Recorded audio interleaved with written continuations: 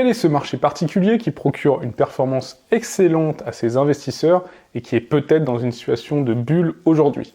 Il s'agit du marché hypergrowth. Voici plusieurs exemples d'entreprises hypergrowth.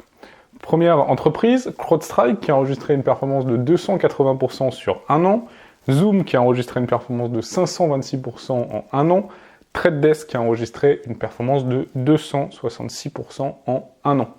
Le niveau de valorisation de ces sociétés devient tellement élevé que certaines personnes anticipent un scénario similaire à celui de l'éclatement de la bulle .com. Pour rappel, le Nasdaq avait alors perdu 80% de sa valeur en 2 ans et avait mis 15 ans avant de retrouver son plus haut. Mon nom est Benoît MZ, je suis conseiller en gestion de patrimoine et investisseur. Dans cette vidéo, nous allons voir si ce secteur peut encore nous procurer une performance exceptionnelle ou si ce marché est en situation de bulle prête à exploser. Mais juste avant, n'hésite pas à mettre directement un pouce bleu pour l'algorithme YouTube, ça m'aide pour la croissance de cette chaîne. Merci d'avance. Sur les marchés financiers, on distingue généralement les entreprises value des entreprises growth. Les entreprises value sont des sociétés bien établies qui réalisent d'importants bénéfices par rapport à leur capitalisation boursière. Ces entreprises ont souvent un faible taux de croissance. A l'inverse, les sociétés growth sont des sociétés en forte croissance. Comme ce sont des sociétés en forte croissance, elles se négocient plus cher par rapport à leurs fondamentaux que les entreprises value. Mais dans cette vidéo, on ne va pas parler des entreprises growth, on va parler des entreprises hyper growth. Donc c'est encore un type d'entreprise différent, c'est un type d'entreprise qui a vraiment un taux de croissance exceptionnel. Par exemple, l'entreprise Snowflake prévoit une croissance de son chiffre d'affaires de 100% par an dans les prochaines années. Comment peut-on déterminer si ces sociétés qui ont offert une magnifique performance à leurs actionnaires ces dernières années sont surévaluées ou sous-évaluées? L'indicateur le plus classique pour essayer d'évaluer la valeur d'une entreprise est le ratio cours sur bénéfice, autrement appelé PER. Plus les entreprises ont un PER élevé, plus l'entreprise se paie cher, moins l'entreprise a un PER élevé, moins l'entreprise se paie cher. Comme les entreprises growth connaissent une croissance soutenue de leur chiffre d'affaires et de leurs bénéfices, leur PER est plus élevé que celui des entreprises value. Aujourd'hui, on note tout de même un écart anormal historiquement entre la valorisation des entreprises growth et la valorisation des entreprises value. Mais le problème avec les sociétés hyper growth est que les indicateurs classiques ne sont pas adaptés.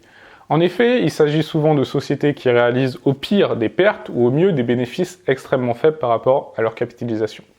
Par exemple, une entreprise comme Zoom se négocie aujourd'hui à 277 fois ses bénéfices. Alors ça peut ressembler à une bulle, mais évidemment, c'est pas l'avis de tout le monde. En effet, les investisseurs qui achètent ces entreprises hyper-growth ne s'appuient bien sûr pas sur ces indicateurs pour acheter ces sociétés.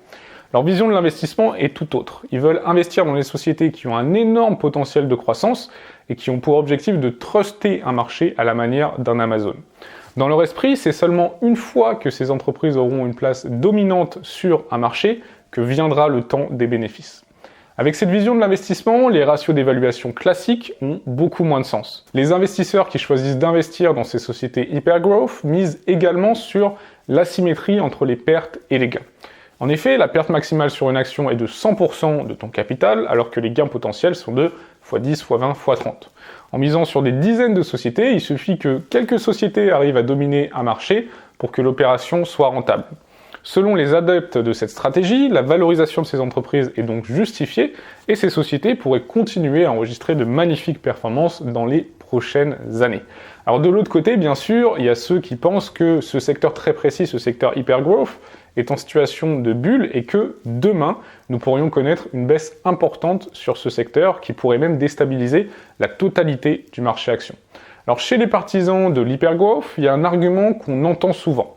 Cet argument, c'est celui qui consiste à dire qu'il faut investir dans des technologies qui sont le futur, des technologies qui vont révolutionner le futur.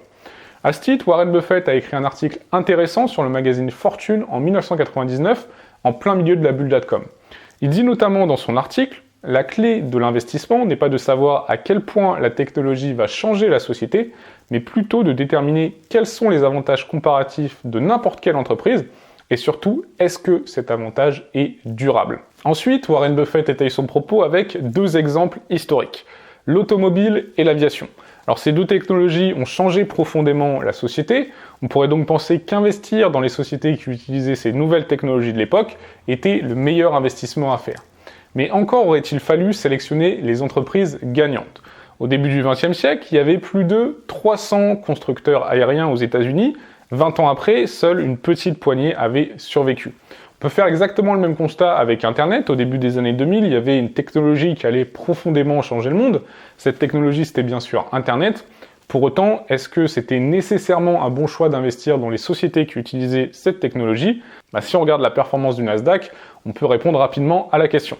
Bien sûr, il y a eu quelques entreprises gagnantes, mais attention à ne pas tomber dans le biais rétrospectif. Le biais rétrospectif, c'est tout simplement notre tendance à surestimer, une fois un événement survenu, à quel point cet événement était prévisible ou probable.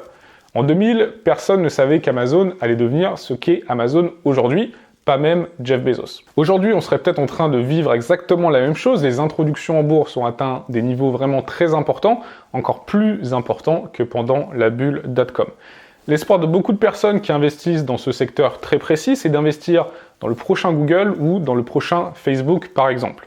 Mais même si nous considérons que tu investis aujourd'hui dans le prochain Google, ce qui est quand même un énorme si, eh bien le niveau de valorisation de ce secteur très précis n'a rien à voir avec la valorisation de Google au moment de son introduction en bourse.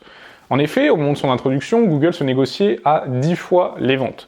La croissance de Google à l'époque, au moment de son introduction, elle était supérieure à 100%. Une entreprise comme Snowflake, si on veut faire un petit comparatif, se négocie aujourd'hui à 160 fois les ventes avec une croissance légèrement inférieure à 100%. Entre son introduction en bourse en 2004 et aujourd'hui, Google a offert une performance moyenne de 24% par an.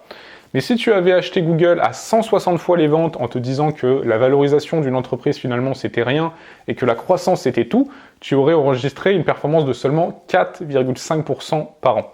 Pour un petit comparatif, c'est bien moins que le S&P 500 qui a enregistré sur la même période une performance de 8% par an. Et là, je prends vraiment un exemple extrêmement favorable parce que je considère que tu investis dans une entreprise qui va dominer son secteur et qui va devenir un mastodonte comme l'est Google aujourd'hui. Les cas comme Snowflake aujourd'hui, ils sont vraiment nombreux et on ne peut absolument pas faire de comparatif entre ces sociétés et les GAFA. Dans une démarche d'investissement, je ne te recommande pas d'investir dans ce secteur très précis, Hypergrowth. Attention, je parle bien d'investissement et non pas de spéculation. Il semble qu'aujourd'hui, de plus en plus d'investisseurs ignorent les fondamentaux d'une entreprise avant d'y investir, ce qui n'est clairement pas très rassurant. Alors bien sûr, je n'ai pas de boule de cristal et comme toi, je ne peux pas savoir quelle va être la performance de ce type d'entreprise très précis dans les prochaines années, mais les indices qu'on a, notamment la folie des investisseurs qui ne s'intéressent même pas aux fondamentaux d'une entreprise avant d'y investir, c'est quand même assez peu rassurant. J'aimerais bien avoir ton avis sur la question.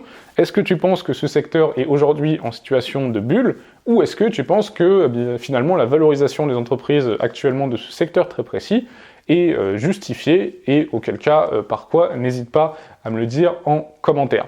Donc n'hésite pas à mettre un pouce bleu si tu as aimé cette vidéo, ça m'aide dans le développement de cette chaîne, je te remercie d'avance. C'était Benoît, je te souhaite toujours plein de réussite. Ciao!